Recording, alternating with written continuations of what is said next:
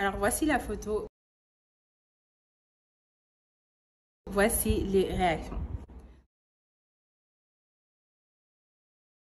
On va pas se mentir, il y a quand même de quoi attirer l'attention, il y a de quoi surprendre et de quoi choquer.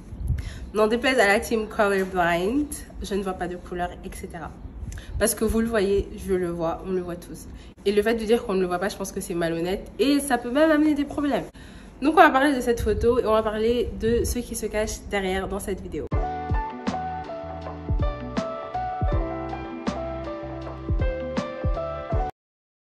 Si mes yeux s'échappent, c'est parce que je regarde mes notes.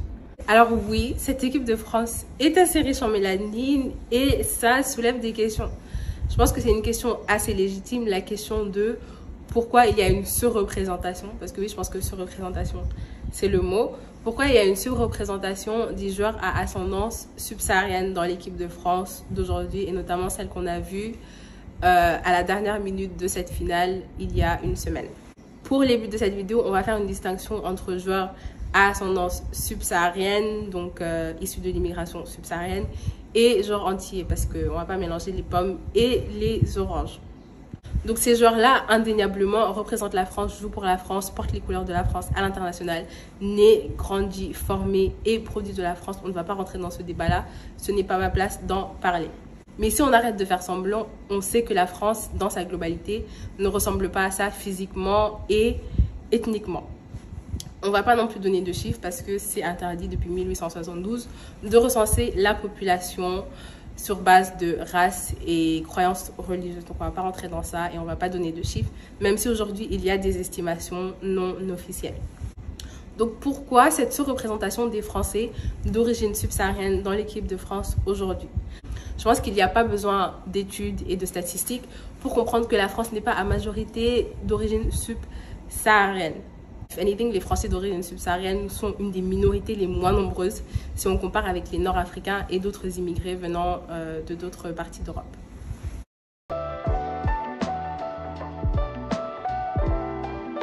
Partie 1, l'investissement de l'État français dans le sport, dans le foot et notamment dans le foot des périphéries des grandes villes.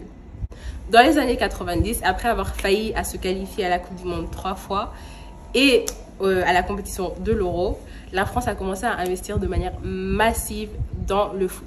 Et notamment, cet investissement se manifeste par un centre de formation d'excellence qu'on connaît sous le nom de Clairefontaine, donc l'Institut national de football de Clairefontaine, qui d'ailleurs était à Vichy jusqu'en 1988.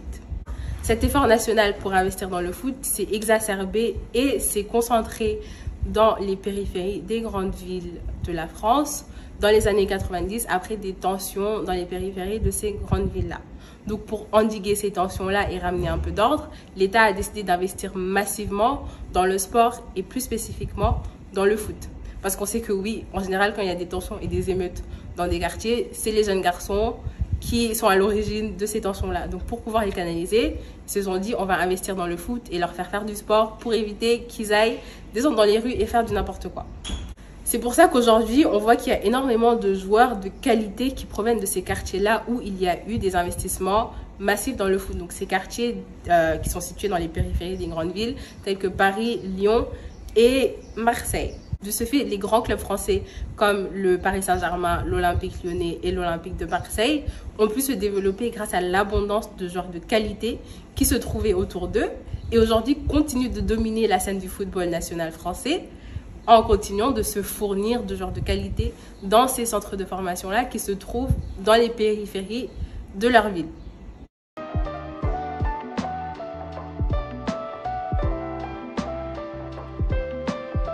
Partie 2, la question de l'accessibilité.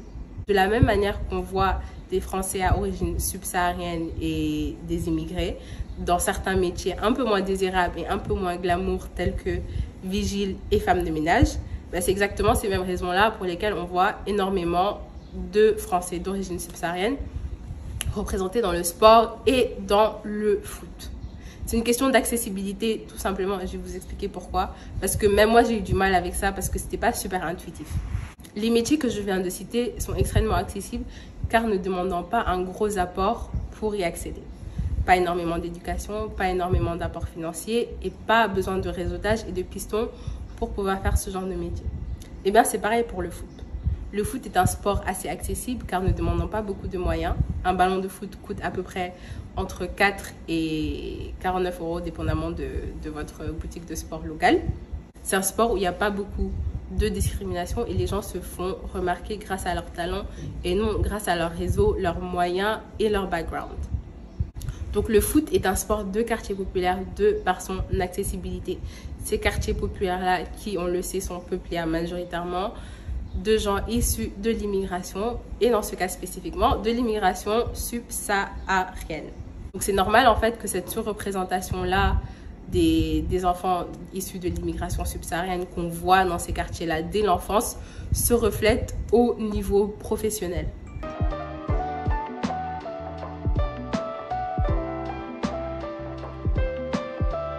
Et enfin, dernière partie, pour répondre à la question de pourquoi ça choque, eh bien c'est tout simplement parce que les joueurs de foot sont au devant de la scène, ils sont dans une position désirable, dans une position qui met de la lumière sur eux et représente la France à l'international. Une France que d'ailleurs on sait que beaucoup de gens pensent être comme Emily in Paris, alors que c'est pas du tout le cas. Et pourtant, comme je l'ai dit tout à l'heure, la surreprésentation des immigrés à ascendance subsaharienne ne se limite pas qu'au foot. Il est aussi présent dans des métiers un peu moins désirables tels que les femmes de ménage, les vigiles et autres métiers de service. Et pourtant, ça ne choque pas autant tout simplement parce que ces gens-là sont dans l'ombre et ne sont pas dans des positions de pouvoir, des positions influentielles jugées comme désirables.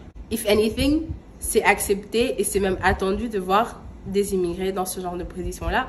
Mais quand ils sont dans des positions de pouvoir, ça choque un peu plus. Cet argument m'est d'ailleurs inspiré d'un thread de qualité sur Twitter que je vais insérer juste ici.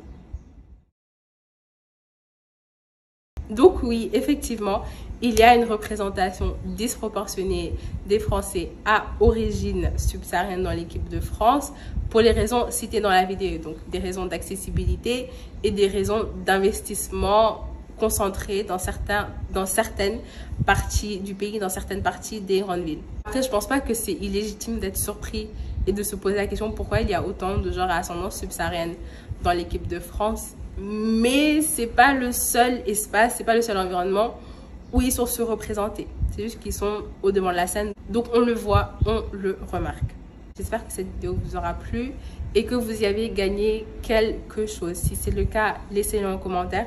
Si aussi vous avez d'autres arguments à rapporter à ce débat, laissez-les en commentaire qu'on puisse les lire.